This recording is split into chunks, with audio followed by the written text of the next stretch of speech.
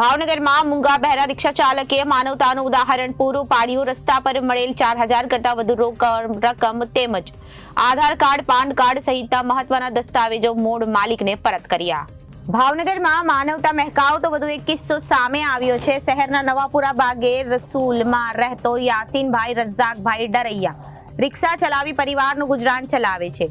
યાસીનભાઈ સાંભળી તેમજ બોલી શકતા નથી. યાસીનભાઈ રૂપમ ચોક વિસ્તારમાં રિક્ષા લઈને પસાર થઈ રહ્યા છે ત્યારે તેમણે રસ્તા પર ઉપરથી રોકડ રકમ તેમજ પાન કાર્ડ અને આધાર કાર્ડ જેવા અગત્યના દસ્તાવેજો મળી આવ્યા હતા. યાસીનભાઈ આ તમામ રોકડ તેમજ કિંમતી ઓળખપત્રો લઈને ગંગાજળિયા પોલીસ મથકે પહોંચ્યા હતા અને તમામ સામાન પોલીસને સોંપી દીધો હતો. ગંગાજળિયા પોલીસે ઓળખપત્રોને આધારે તેના મૂળ માલિકને પોલીસ સ્ટેશન ખાતે બોલાવી જરૂરી કાર્યવાહી કરી.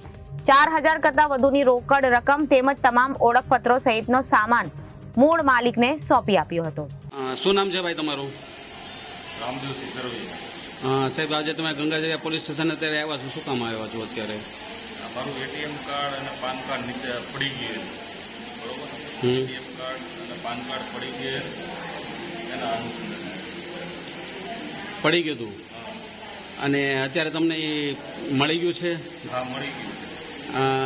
કોને મળ્યું હતું અને કઈ રીતના તમારી પાસે આવ્યું તે જણાવજો. મેં રજાકભાઈને મળેલ, એમને મળેલ અને તમારા હાથમાં પૂરેપૂરી પાકીટ, પૂરેપૂરી રકમ અને બધા ડોક્યુમેન્ટ પૂરા મળી ગયા તમને? પૂરા મળેલ. Reporter Firoz Malek, ABC news, Bhavnagar.